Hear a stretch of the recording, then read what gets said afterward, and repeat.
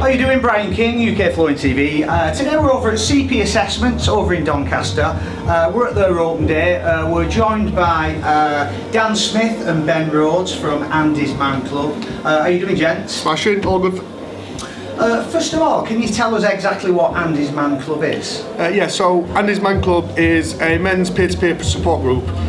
We run every Monday, apart from bank holidays, 7 while 9 o'clock in over 150 locations across the country, and it's basically just a place that men can go and open up about any problems they might be having, anything they've got to get off the chest, and basically just meet like-minded people who might also be going through a bit of a struggle to try and help.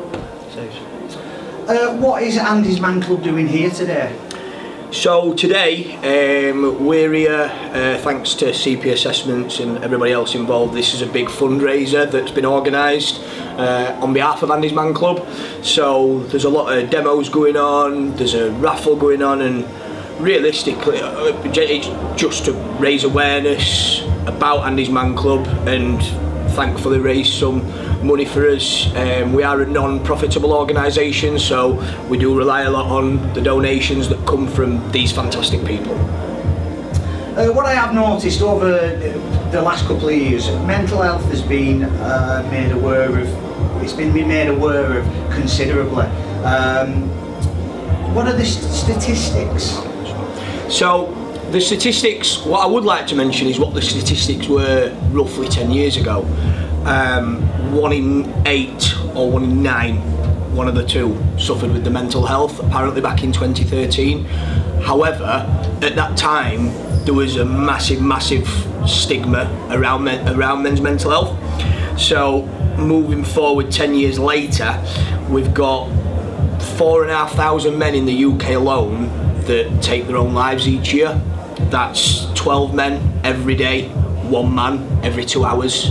So that's quite a considerable amount of men who are still suffering with a mental health. See, men, especially like in the construction industry, they tend to kind of think it's a weakness to reach out and speak to somebody. Like years ago when I started off, I became self-employed at quite an early age. I was only 19.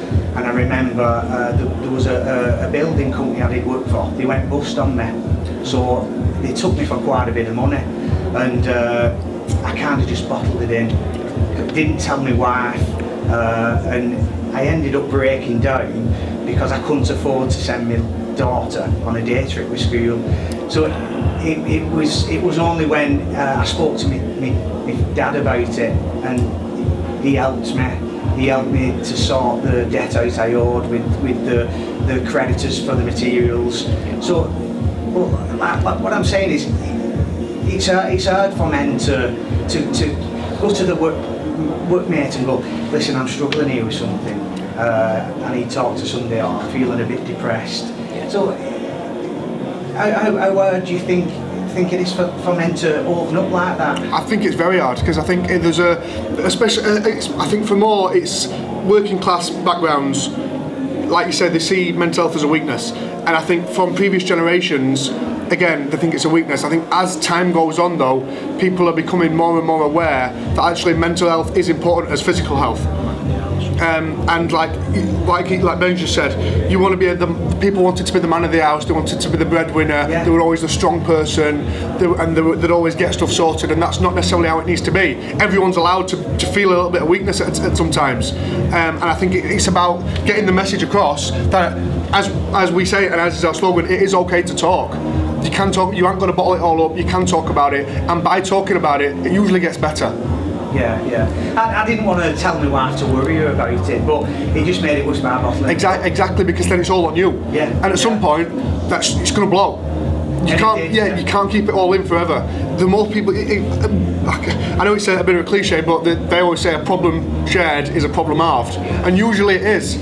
Someone else just to take on a little bit of your burden makes it a little bit easier for you. And just to add to that, I think that we have got one definitive outcome around people who don't speak around the mental health, and it's suicide. If you don't speak about it and you're that far gone and you don't feel like there's any help, there's one outcome that's common, and it sounds grim, but it's death. Yeah. So we're fighting, and fighting, and we will carry on. What's the history of Andy's band club? Luke Ambler, his brother-in-law, committed suicide, Andrew, and the original idea was he was going to set up an Andy's Coffee Club, and I know that Andrew's mum, Elaine, were heavily involved with this, so Luke set up the It's Okay to Talk campaign.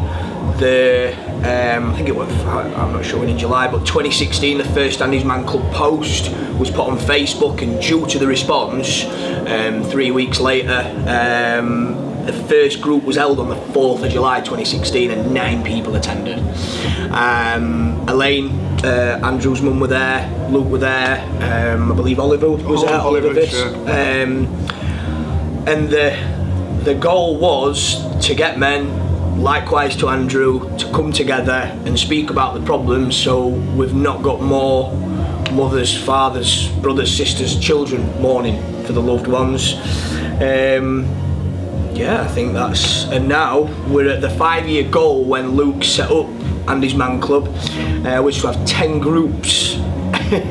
10 groups, they hit 50 after 5 years, so some achievement, and now we're at 155 groups.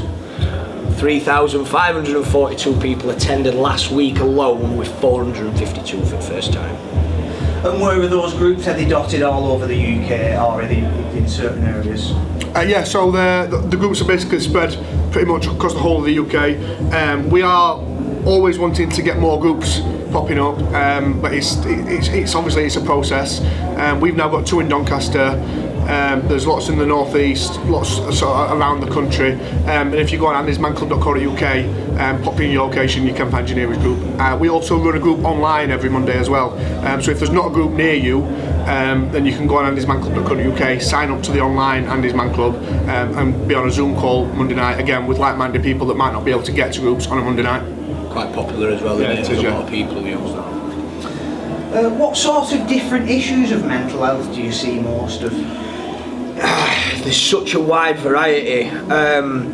You could have a man walk through the door who could be suffering because his missus has given him an hard time.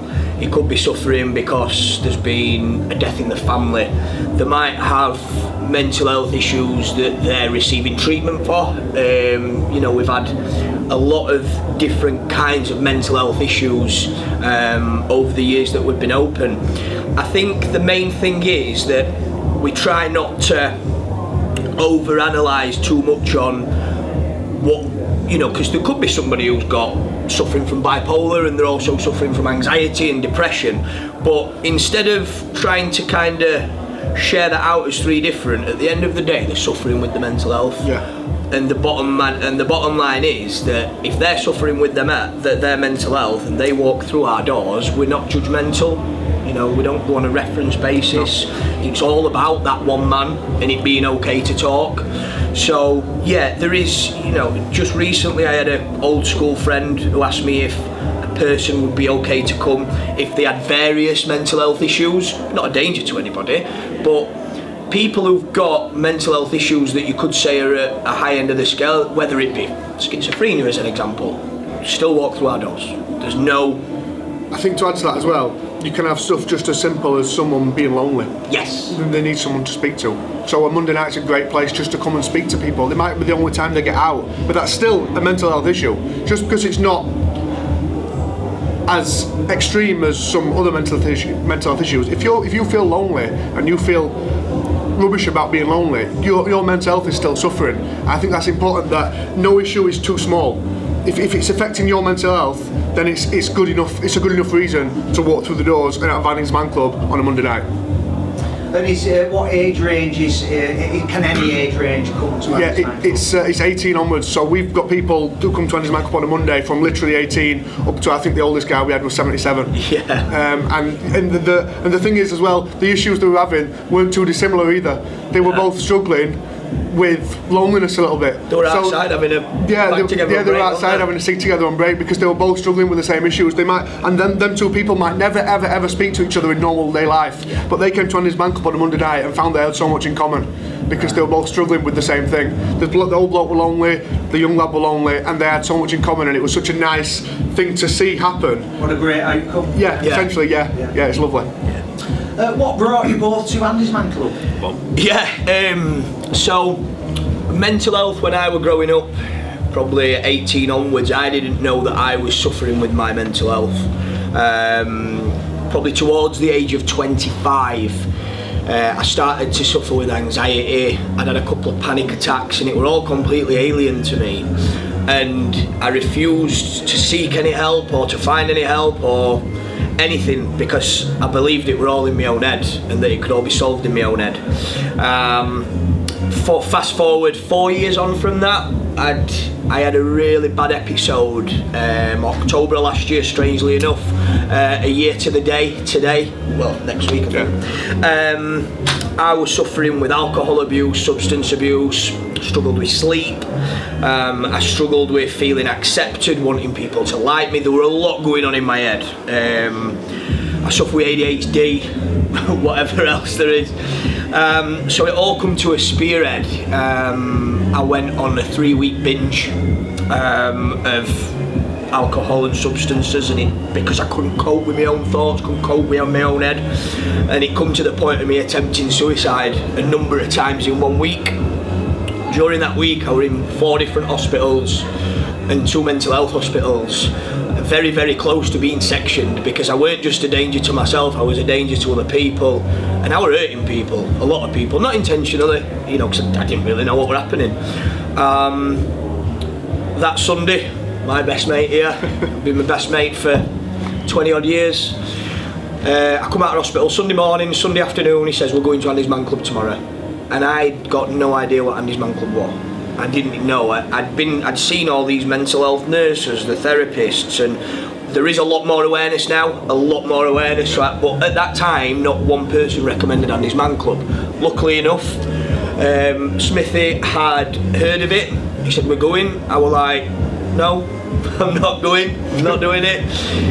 He didn't give me a choice, he picked me up that day and I was shaking, vomiting, didn't know what to expect, didn't know what we were going to do. Dan didn't know what. I didn't really either. Didn't know. And I got there and there were a lot of people there. It were at the Hilton at Doncaster. Probably in between 70 and 80 people there. Split us into groups and I'm surrounded by 25 strangers. I'm shaking. My legs coming off the floor. I'm panicking, I'm hyperventilating. But I opened up. They asked me the questions. I opened up and it changed my life. There's something about speaking to 25 people you don't know who are suffering from like-minded problems, and I couldn't wait to get back. I couldn't wait to get back. So through one of the most difficult parts of my life, which were difficult for a lot of people, to that week I made a pledge and I said to Dan, will you please keep coming with me so I don't have to go on my own, and now he comes to go every week. 6 months in, we asked to become facilitators, which is amazing because now we can give back. Yeah, it saved my life, and I've now got to a stage, and I want to stress this, where I don't necessarily feel like I need to go to Andy's Man Club, but I want to go to Andy's Man Club. Do you want to tell your story? You just told it. That was it, mate. Is it rewarding what you do? Massively, massively rewarding. So on a Monday night, a couple of us might stand outside just to greet the new people and existing sort of members that come every week, but more so the new members, just so they see a friendly face, a warm welcome when they get there. You show them upstairs, show them where tea and coffee are, and what's always funny is, to start with, they probably won't say a lot before we get going. And so we have an hour generally, then we have a break. And for me, one of the best parts is during that break, everyone talks. It's great. There's like a proper buzz in the room because everyone's sat there for that first hour and everyone's found out a little bit about everyone else. And what was such a quiet room before is now this buzz of just talking and laughter and everyone's having a really, really good time. And see, and what else is it for me is when you get someone who comes and you can see they're really, really low. Someone might crack a joke and I'll always have a look around the room at the people who maybe were feeling a bit low, and when you see that first laugh and that first smile, you know they've sort of relaxed a little bit and they're probably feeling a little bit better than they were when they came in. And at the end we'll always say like, I hope everyone's enjoyed tonight. I hope you've all managed to get something from it, even if it's just a small thing. And when people say, yeah, do you know what, I've got a lot from tonight, it's really good, I'll be coming back next week, it's massively rewarding, it's so, so good. It must be daunting for somebody who's struggling to walk in Absolutely. A room full of strangers, like you pointed out. Yeah. Yeah, it must be rewarding to see them crack a smile. It's great, yeah. It's that first smile, when you see that, you think, yeah, it's doing something. Yeah. What advice would you give to somebody who is struggling with mental health? Come to Andy's Man Club. I know it sounds daft, but if you can bring yourselves, it don't work for everyone. I'm not going to put it out, it don't work for everyone, but if you can bring yourself to be able to walk through that door on a Monday night, I'd say pretty sure that you will walk out feeling a little bit better and a little bit lighter than you did when you came in. Yeah. It's about being able, having this trying to find the strength to do something for yourself by making the step through the door, and it's really hard. It's the hardest thing possible. I mean, I had to drag him there first week, but having done that, you see how good that were. Yeah, I think for me that you can give as much advice, but letting them people know that they're not alone. Yeah. Because the large number of people who suffer with it, because they feel embarrassed or degraded speaking about it, they feel like they are alone. And the minute that they know that they're not alone, and they will know they're not alone as soon as they walk through them doors at Andy's Man Club and they see the droves of people we have from different walks of life. I used to be very good at giving advice and not being able to take it. Yeah. And now I'm in a position, after suffering quite badly and turning it around, where I can give back. So you're not alone and it's okay to talk. Well, I really take my hat off to you both, and I think it's fantastic what you're doing, and keep doing it. And thanks very much for speaking to us. Cheers, mate, you're welcome. Thanks a lot. Thank you. It's that one man.